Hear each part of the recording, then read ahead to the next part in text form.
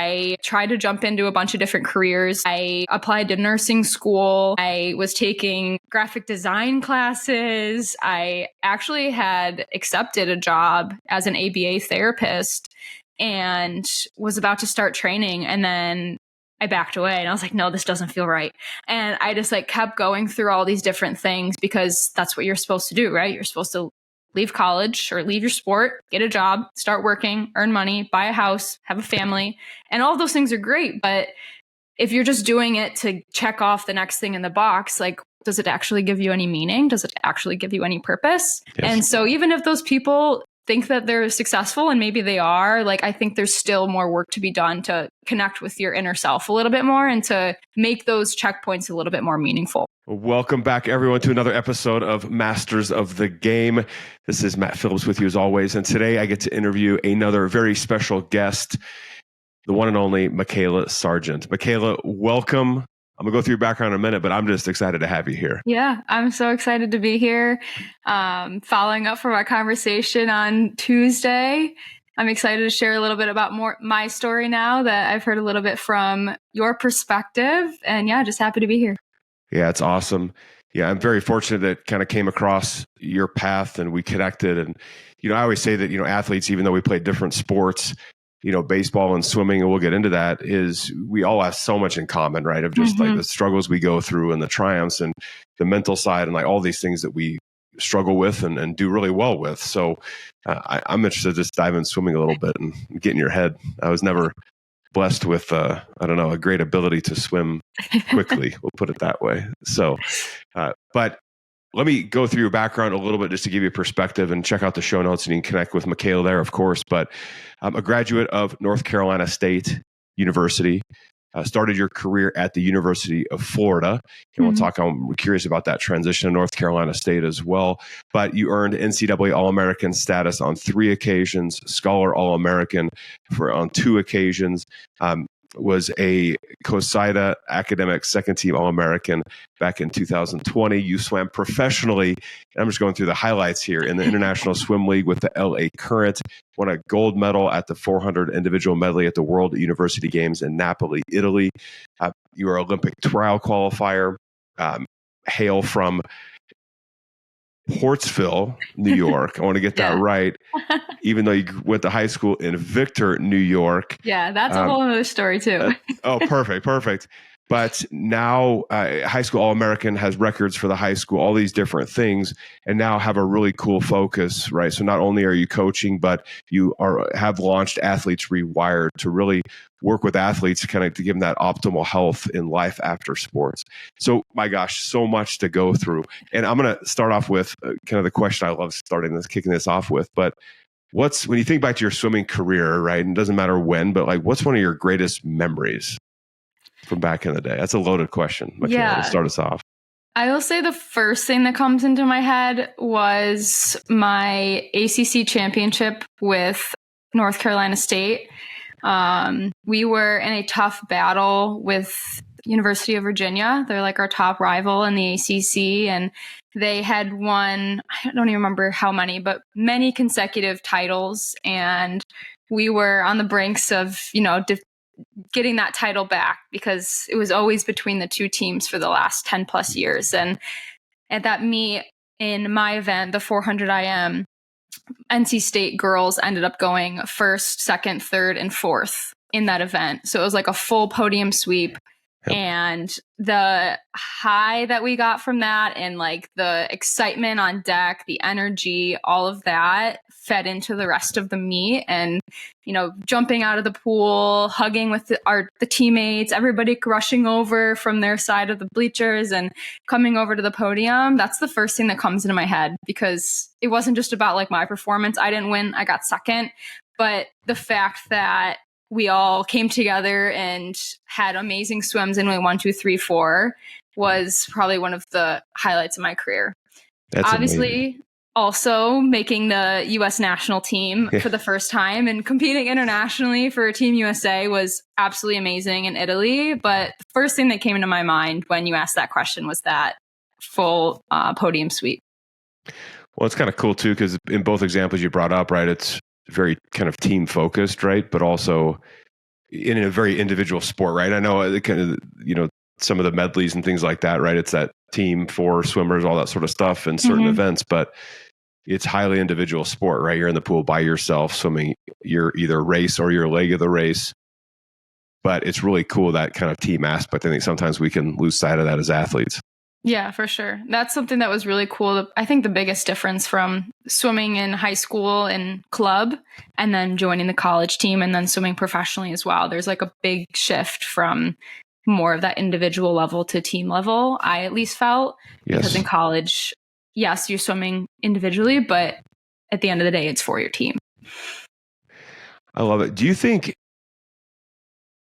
because I thought the athletes a lot about this, right? And again, it doesn't really matter the sport you play, but one thing I'm just adamant about, and I talk a lot about, is, obviously we have to perform as individuals, but I think when we keep our focus on the greater good, let's call it, right? So that the team, how do I help the team win and position us to be, as successful as we can be?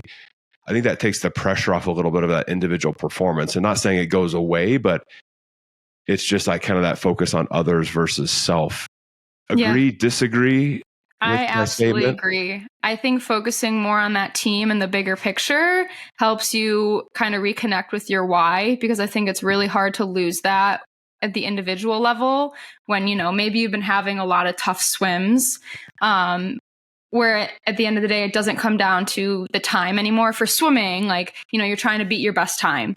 Okay, maybe I swam in the race. I didn't go my best time, but I still got points for the team. So you're still able to find ways that you're contributing in a positive way rather than just focusing on that individual level. 100%. Yeah, very true. Yeah, it's an interesting study, I think, of, again, just humans in general, right? I think when you get into business or whatever you do with your career, right, it's family, things like that. Like once you get outside of yourself, that just opens up, I don't know, just energy levels and all sorts of things. 100%.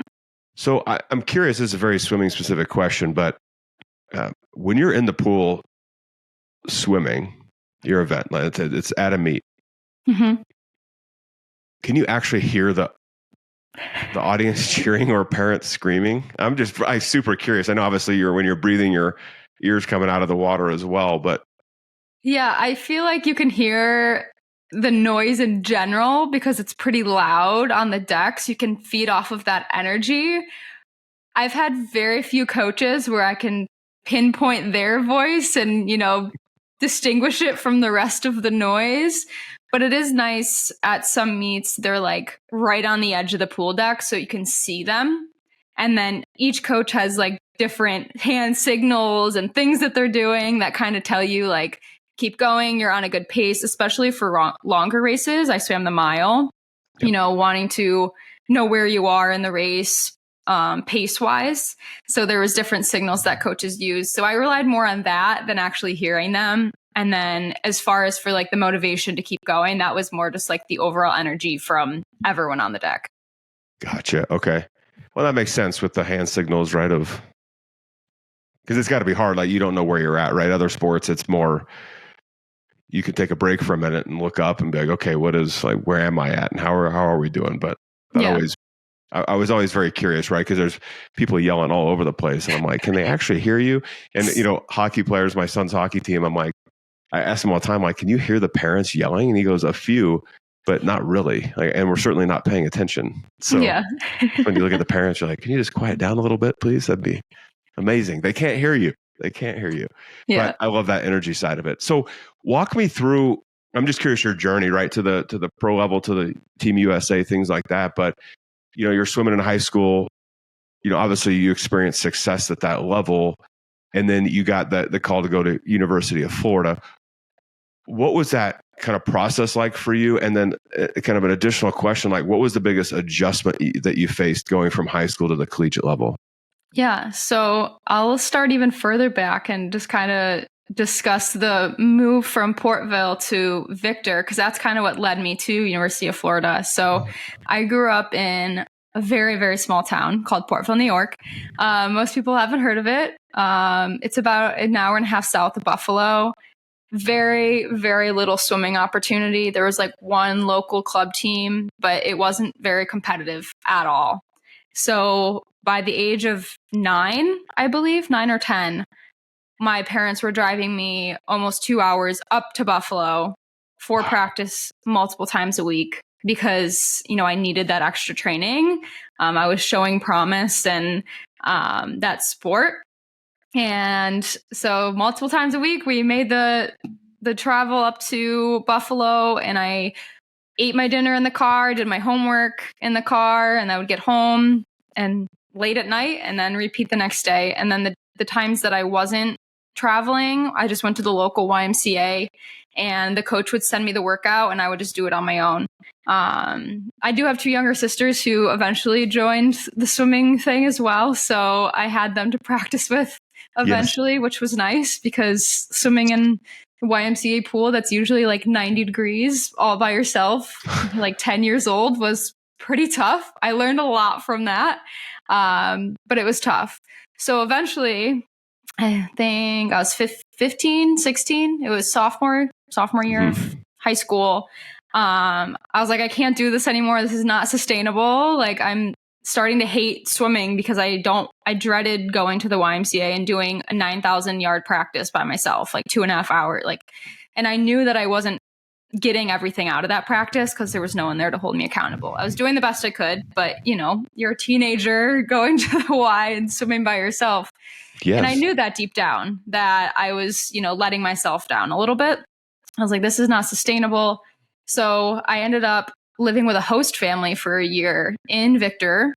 It was a family that was on the club team up there that I had been swimming with for the past year.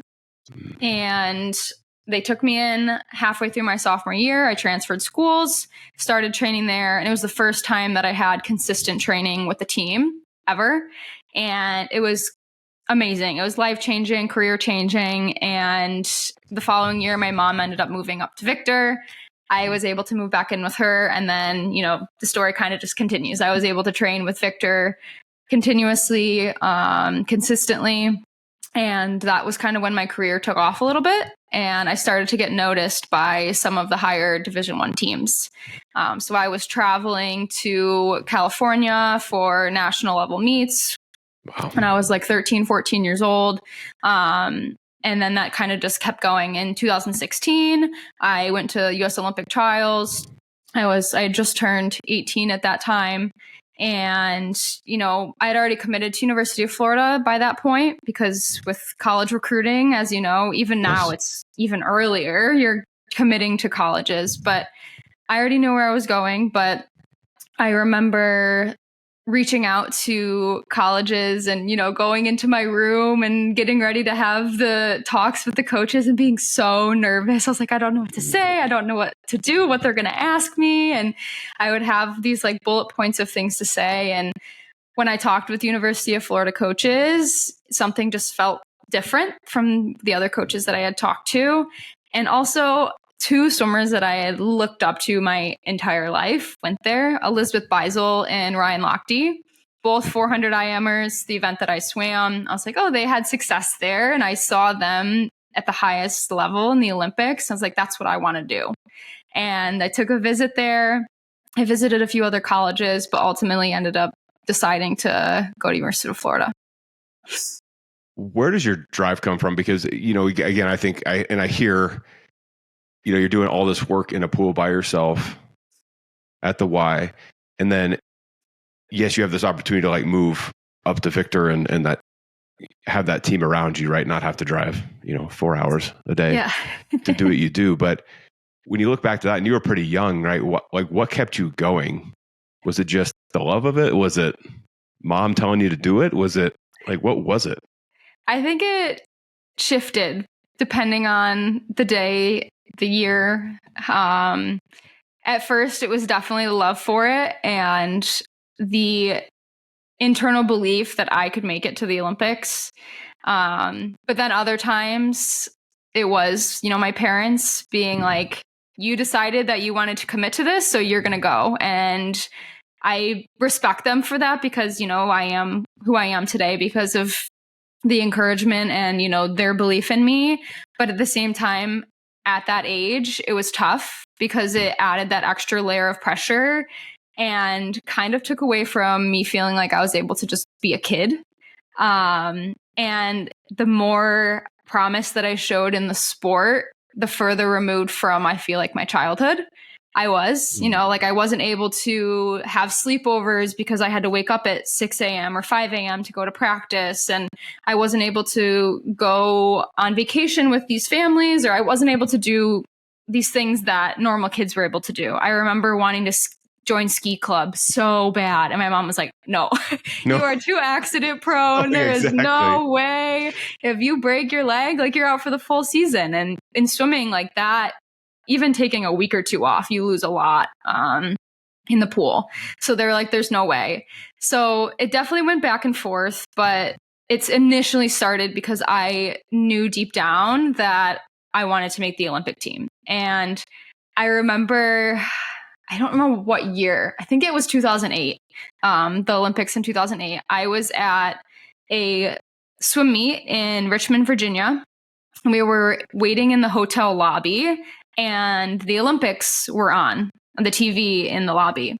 And I remember watching like Michael Phelps and all those other swimmers at that time swimming. And I was like, that's going to be me. And that was like the moment. Yeah. So I was 10 years old and I was like, that's going to be me. That's my future. 100%. I know I can do it. And so that was what kept me going and swimming by myself in the hot pool, or, you know, being able to endure those 2+ hour drives at some points, even though I was so young, because I knew that that's what I wanted to do and I could do it.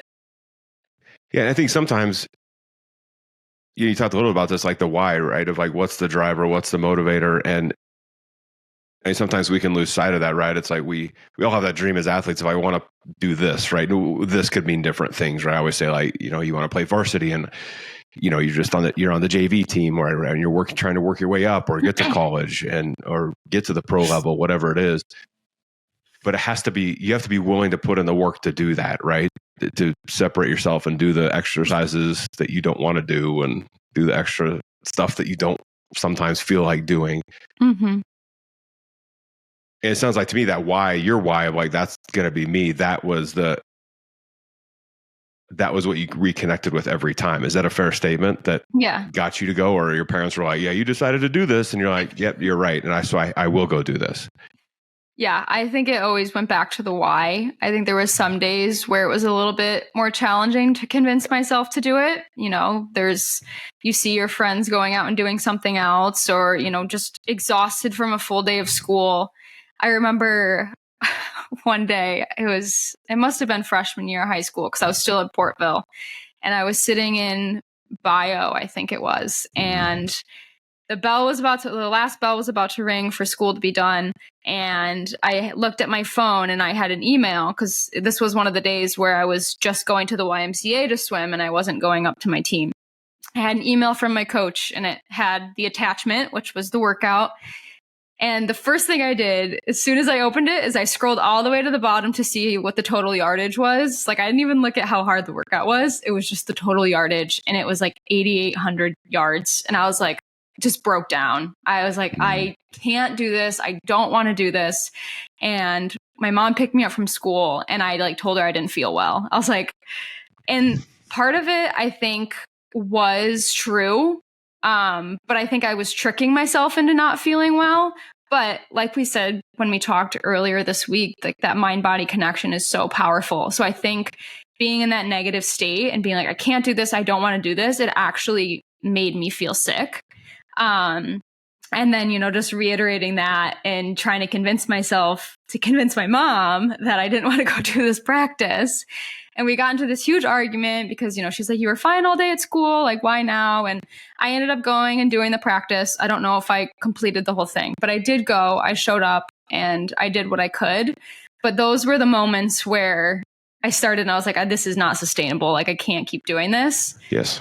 So there were some tough days where even that why wasn't even strong enough to get me to go. Yeah. Well, I think, you know, I've talked about this a little bit, but I think sometimes as athletes, we I don't know, we feel like there shouldn't be days like that. And you talk to every athlete who's done some really incredible things, and the reality is, like, there are days like that. There are moments like that. And but we put this pressure on ourselves, but I shouldn't be doing this. I shouldn't have these doubts, or I should want to go to the pool or get to the field or get to the ice or whatever it is. And at the end of the day, like that, this is part of life, right? And your body's going to feel on, you're going to feel off, you're going to mentally be challenged these days. But it ultimately comes down to, can you just start? Like, and connect with the why and do it. And it's not easy. Like, people think it should be easy. Connect with your why, and then off you go, right? Go to the Olympics, and that's going to be me, and blah, blah, blah. And then you hop in the pool and you're all smiles. It's like, no, like there's a reality of sometimes you just got to do it, even when it sucks. But understand, like, you're normal. Everybody's normal. This is just, we're humans, so we go through it. Yeah. And I think, remembering, like, the people looking from the outside too. I think this is a big thing with social media, is you see these professional athletes, these elite athletes, quote unquote, living out their dream. And there is some truth to that, right? Like, getting paid to travel the world and swim was amazing, but there was moments and times where I hated it. I was like, I want to be done. I hate this pressure. Like, I just want to be normal. I want to live like a relaxed, normal life. And I think from the outside looking in, just remembering that athletes are humans too. Like, NFL players, they miss a kick, they miss a touchdown, and then they're getting these hateful comments and these death threats. And those don't just stay in their brain for a few days and go away. Like, those live with them even when they're done with their sport. 100%. Even if it's on the subconscious level, the things that people say when they forget that they're actually human as well, it's life-changing. So yes, we're living a dream, but living a dream doesn't mean that it's perfect. So well said. So well said. Just part of the process. Well, so take me through, you go to Florida. What was the biggest adjustment between the high school level and collegiate level? I think adjusting to, I think any college person would say this, not even just athletes, but the level of freedom that you have, and figuring out how to still maintain like a level of excellence in the pool while enjoying that freedom. And especially for me, swimming was my entire life in high school. Like, I didn't party. I didn't do like anything else that, maybe the typical high schooler would do. It was go to school, come home, do your homework, go back to practice, come home, eat dinner, go to bed, wake up, do morning practice. It was on repeat, even on the weekends. Like, you had Saturday practice, Sunday was a day for recovery. You rested. So I never had that level of freedom. Oh, we have a visitor. Oh, my cat. Oh, I love it. Sorry. And trying to maintain that balance of enjoying that new level of freedom, but also still maintaining my focus in the pool and on my academics was probably the biggest adjustment for me. Interesting. How did you balance that? Because I do hear that a lot from, every college student, right? But then you add the athletics in too. There's a regimen that you go through, right? And the coaches are going to do this and that. I love it. This is why I love doing these interviews. You get to see inside people's lives. But you have to figure out, like, how do I adjust it and how do I do this? Because in college you do have a lot more freedom, right? You're not going to school like 8 hours a day. It's a different flow, right, to everything. But were there certain strategies you put in place to, like, I guess, make sure that discipline was there, or what worked for you eventually over time? I think when I first got there, we didn't have the typical swim practices because it was like more like the captain's practices. The coaches weren't allowed to be on deck yet because of the NCAA rules. Yes. So I felt that freedom at first. And then once the double practices on top of a full course load and dry land and everything else, I was like, okay, maybe I don't have as much freedom as I thought I did. Yes. But I still did struggle to maintain that balance with like the little free time that I did have. I was not able to find who I was outside of the sport. And I it's not like I was getting into trouble, but I wasn't doing things that aligned with who I wanted to be as a person and as a swimmer. I was staying up really late and I was doing things that weren't helpful for my career. And that's all honestly part of the reason why I decided to transfer is I really couldn't find that balance. I think part of it was the team culture, and not even in a bad way, but my incoming class was 15 girls and 13 guys. So an entire freshman class made up about half of the team. So that's a lot of new people and a lot of new people who didn't have that college experience yet. So I don't think my class had a lot of guidance. We took up more than half of the team coming in. And I think it was just really hard for me to adjust to that. I spent a year and a half at Florida before deciding that, it wasn't for me. I had transferred after halfway through my sophomore year. I took a semester off, visited a few other colleges, and then ultimately ended up at NC State the following summer. Okay. So I ended up actually only getting 2 NCAAs because I missed that spring semester.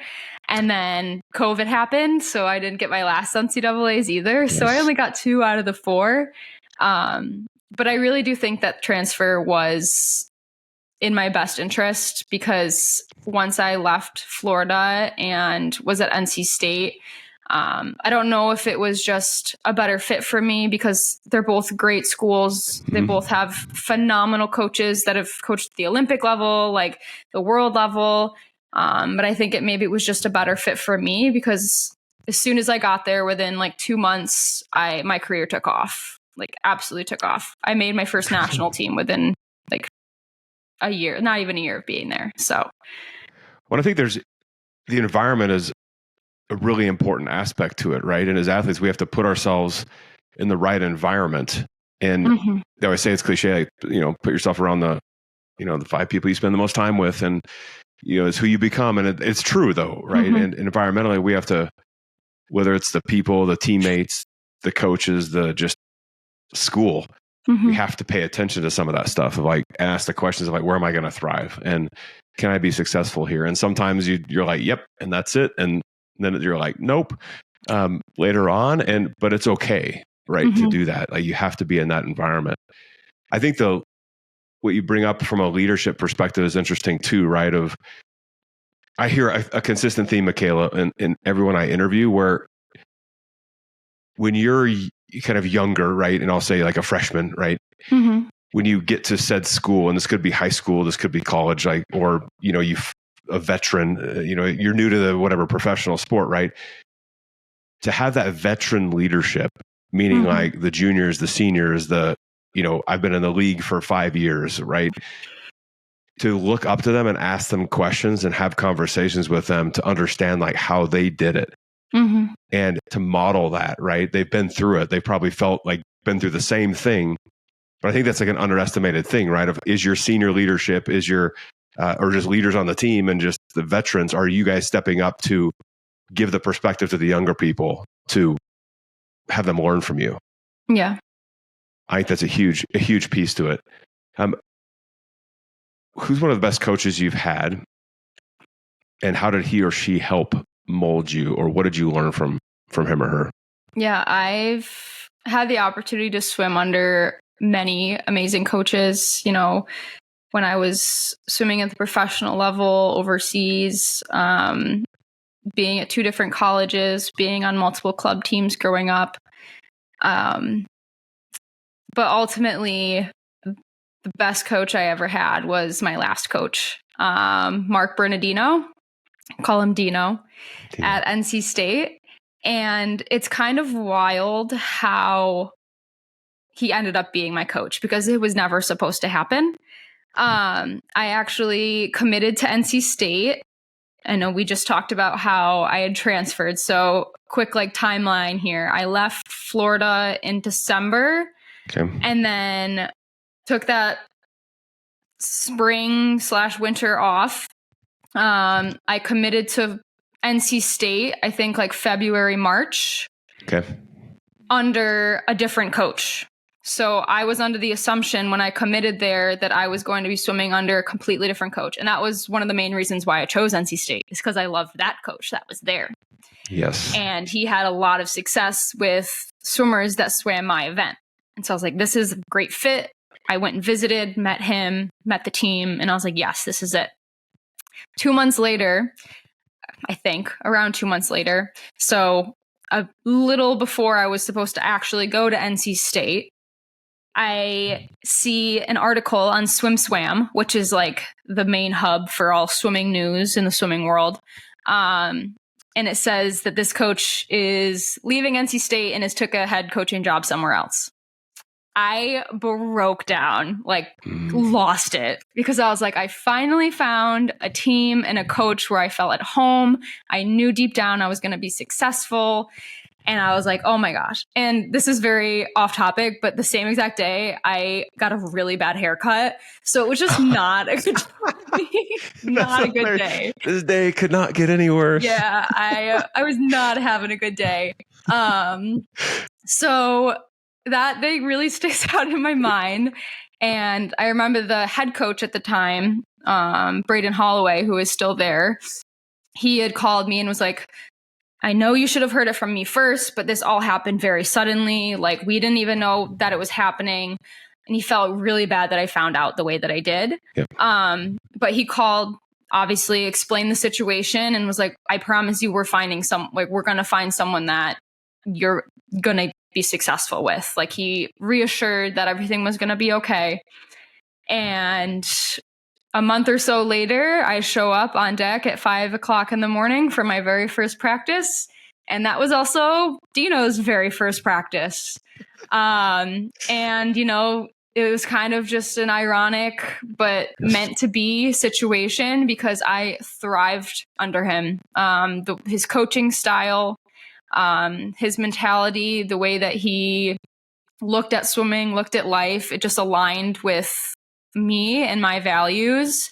And after being coached by him for 2 months, I was drastically improving. I qualified for my first national team within a few months and then was able to travel the following year to Italy for my first international competition with Team USA. And I really do think it was because of him, and it wasn't even supposed to be that way. Sorry, go ahead. Well, I'm just very curious of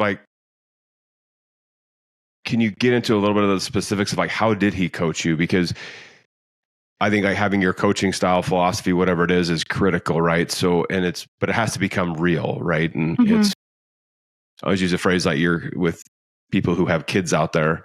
Like, there's a phrase you learn as you are a parent, and it's your kids are watching. And I know it's a very parent specific thing, but I think the same thing is true in sports. Like, coaches, your kids are watching. Mm-hmm. And so what you say and how you coach, it matters, and how you model that, it matters. But are there specifics that Dino did that helped you thrive? Is there an example or two you can share with us of how he coached? Yeah, so he was a little bit more old school with his swim coaching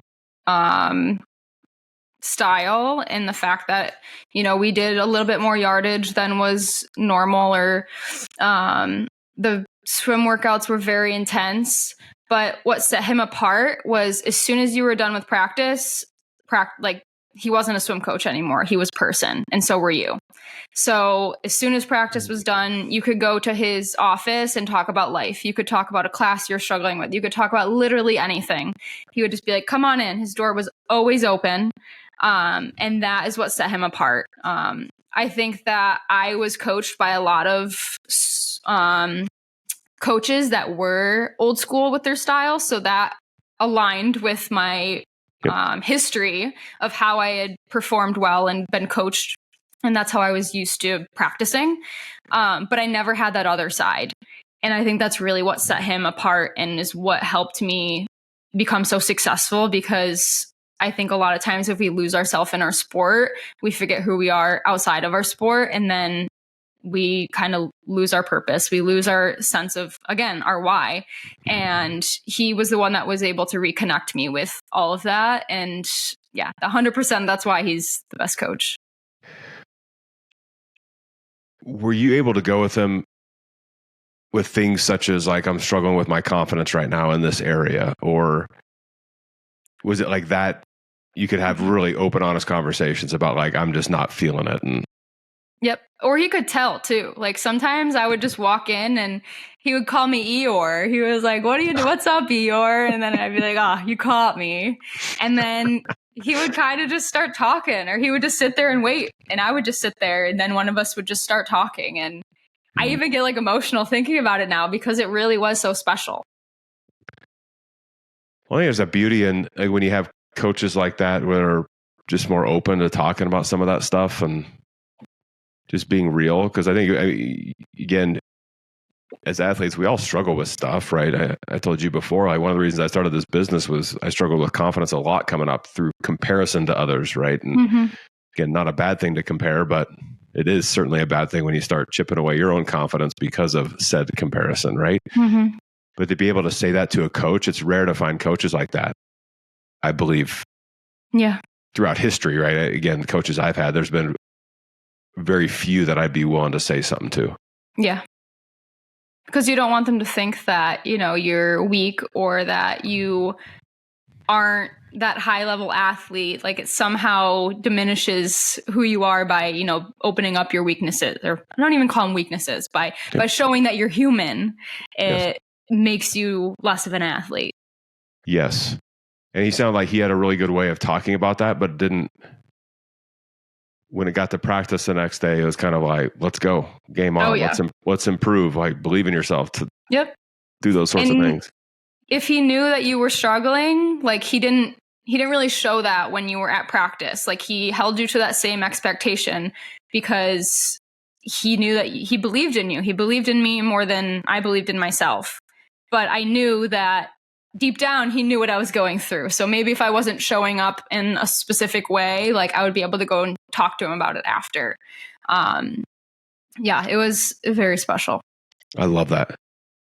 Well, let's talk the mental side a little bit of sports, right? Because I always say that, you know, everybody told me the mental side was super important growing up. I would have agreed with that growing up, but I didn't. I had no idea what people were talking about, right? I knew it was like, you know, persevere and, you know, things like that. But how do you look at like kind of the mental side, call it, you know, mental strength, mental toughness, like whatever. But how would you kind of define that for you? And then were there some important things that you kind of started to implement, like as you kind of matured in your career? But what was that experience like for you on the mental side of things? To be honest, I really struggled mentally in college, and I don't really talk about it that much. Because, you know, like you said, we're not taught to do that. We're taught to be confident and show ourselves as these high level athletes and only that.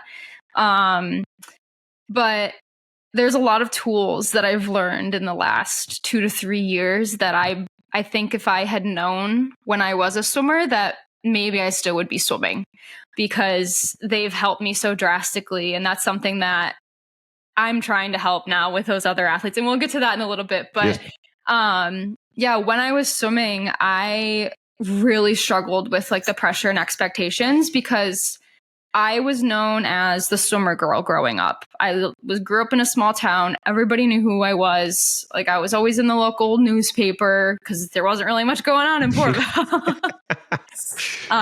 Like the older people swimming at the YMCA doing their like exercising laps, like they would stop me and be like, "Oh, are you so-and-so?" Like they all knew who I was. And then when I went to college, you know, I lost a little bit of that. I was used to being that top 1%. And then I went to Florida and I was middle of the group.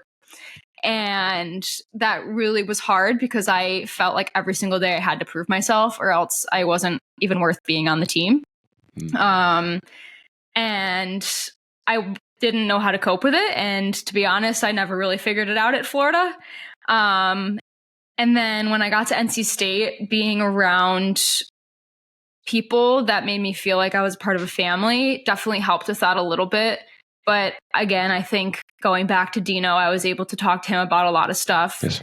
And he really helped me through a lot of mental blocks. I'll give you one example that is pretty hidden, I would say, in my career, because it looks like it was probably the height of my career.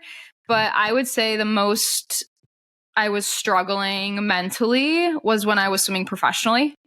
And people would be like, wow, like you made it to the professional level. You must have been thriving. Like that was your dream. You got to like travel. I was in Budapest, Hungary for 6.5 weeks. And this was in 2020. So it was during COVID. There was a lot of different restraints going on. So like we had to get tested every 2 days. We weren't really allowed to like travel, like walk around the city or anything like that. We had to stay in a specific location.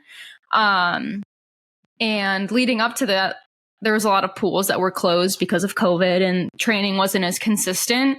And mentally, I was just very checked out. I was excited to have this experience and to continue swimming at the professional level because it was a dream, right? This is what I always wanted. It wasn't the Olympics, but it was I'm a professional athlete. That's really cool to say. But every single time we had a competition, so every weekend-ish, I would come home or go back to the hotel and I would just cry every single time. And I had this beautiful room with this view of Budapest, like living the life, posting on social media of all these amazing things that were going on. But I was crying almost every single day because I was training so well.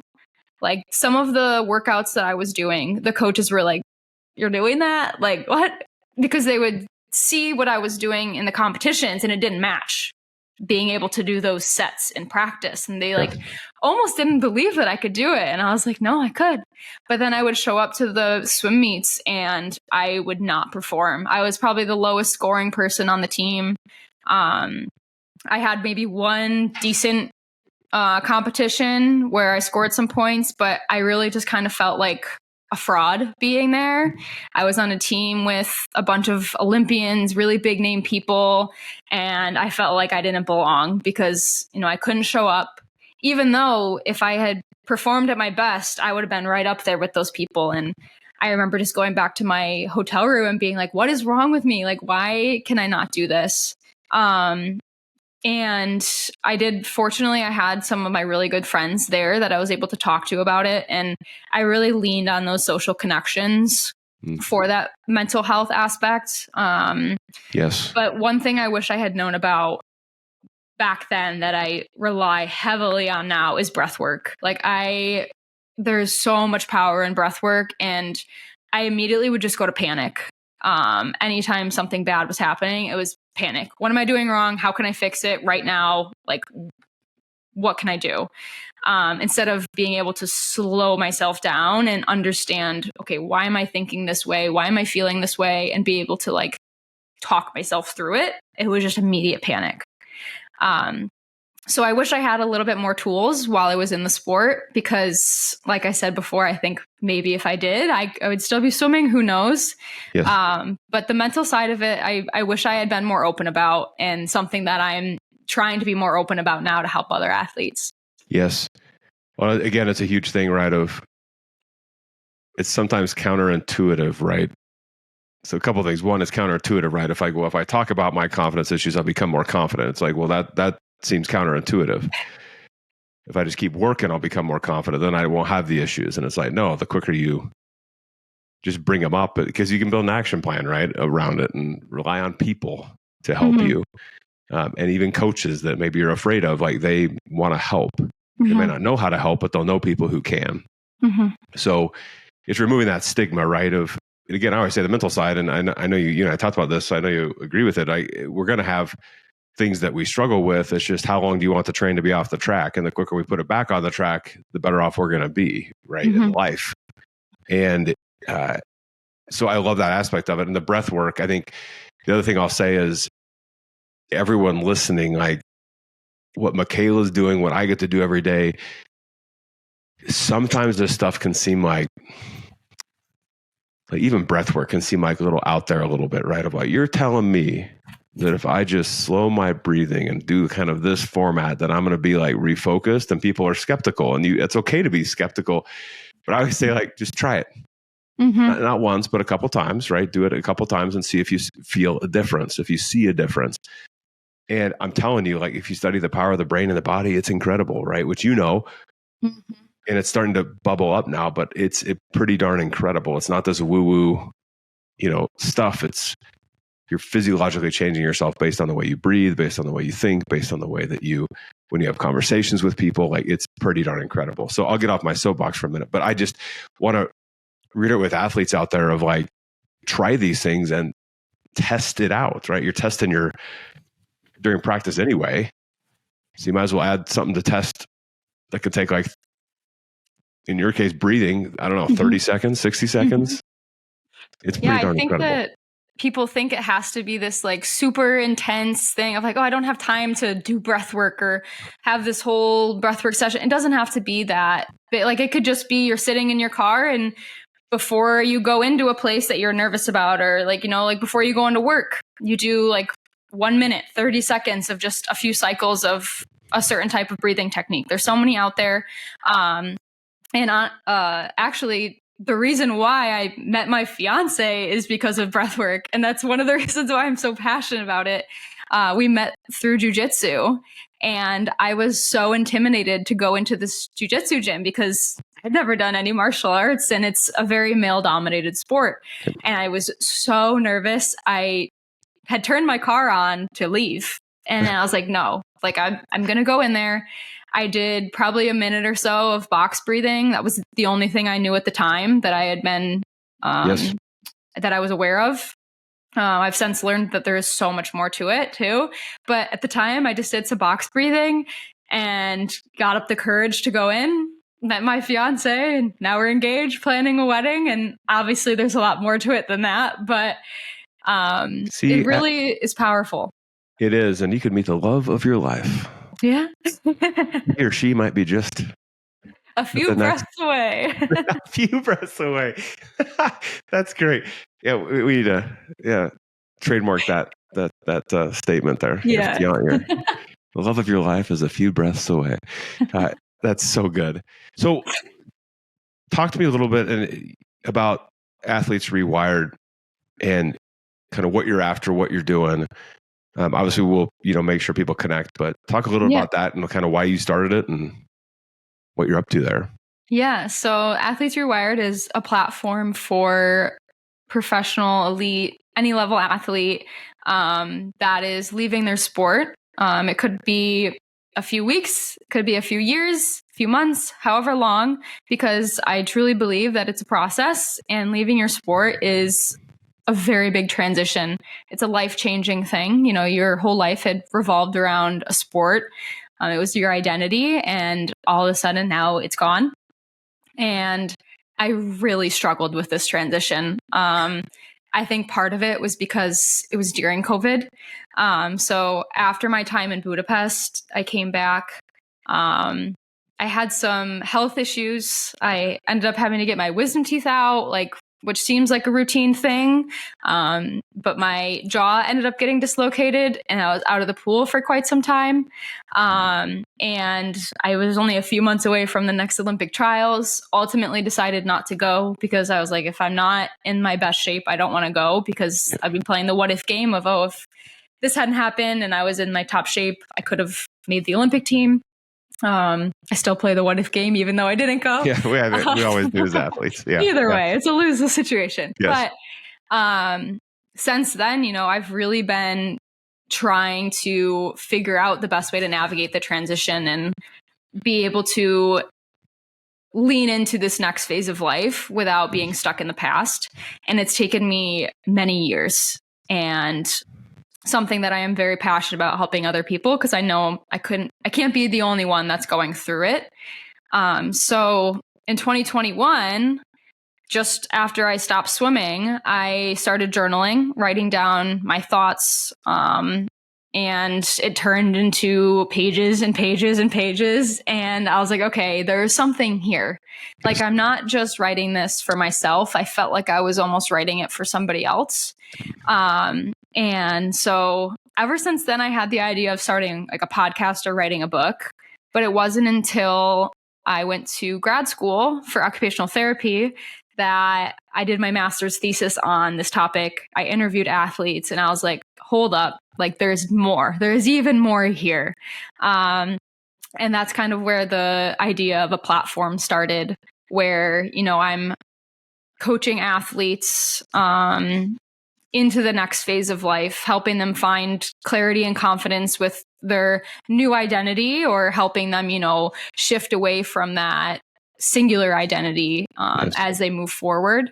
So it's been very rewarding. I've been working on it for like the past few months now, getting to connect with people like you. And it's just been a very eye-opening experience. And I'm really excited to be able to help other athletes with that transition. Love that. Love that. And it's such a key thing, right? If we, you know, to your point, Makayla, we all go through it, right? And sometimes it's in our control, sometimes it's out of our control. The timing's all over the place, right? Of as far as when it happens. And there is that, just like with any change, there's things you got to go through mentally, physically, emotionally, all that sort of stuff to come out the other side. Mm-hmm. And so what you're doing is huge. And again, a lot of athletes are like, no, I'll be fine. And this is great. And it's not to say something bad is coming, but just understand like that, the understanding of like who you are, to your point, right? Which I know you're passionate about, of like, and what you teach of like who you are is not your sport. Your sport's something that you do, right? Mm-hmm. But when we capture that who you are, it's a huge thing for that next stage. Yeah. Where, you know, people even ask me today, like, oh, do you miss baseball? Things like that. I'm like, yeah, no, I don't know. Not really. I had great experiences, all that sort of stuff. I'm excited with like what's coming, like what I get to do every day. And it's because I've been through the transition. That's the difference, right? I've been through it. I've come out the other side. But again, with everything, with what you're doing, I know you're helping athletes accelerate that transition, right? And get through it quicker. Mm-hmm. And come out stronger the other side. And I think that's a huge thing. Like, learn it now when you're an athlete, and then it's going to make that next stage more exciting. Yeah. For what's coming, even if it feels uneasy. I actually just had a conversation with, I guess, my very first client, and stepping away from the sport, and she was going back and forth with like, do I leave? Do I stay? And I was like, she ultimately had made the decision to leave, but she was still kind of hesitant. And I was like, you're not going to be able to enjoy the reasons why you decided to leave if you don't lean into that decision. If you're constantly going back and forth and you're indecisive, well, why did you leave? You left because you didn't enjoy it anymore. You wanted a new sense of freedom. You wanted to find other things outside of your sport. But if you're constantly just living in the, oh, did I make the wrong decision? Then you don't even get to experience any of those things, like the reason why you did leave. Yes. And also what you said too, like there are some athletes who they're like, oh, I'm fine. Like I'm going through the transition fine.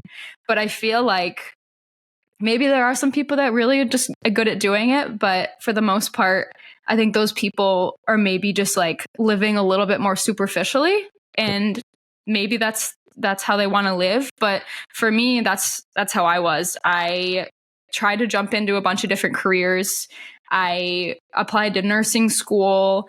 I was taking graphic design classes. I actually had accepted a job as an ABA therapist and was about to start training. And then I backed away and I was like, no, this doesn't feel right.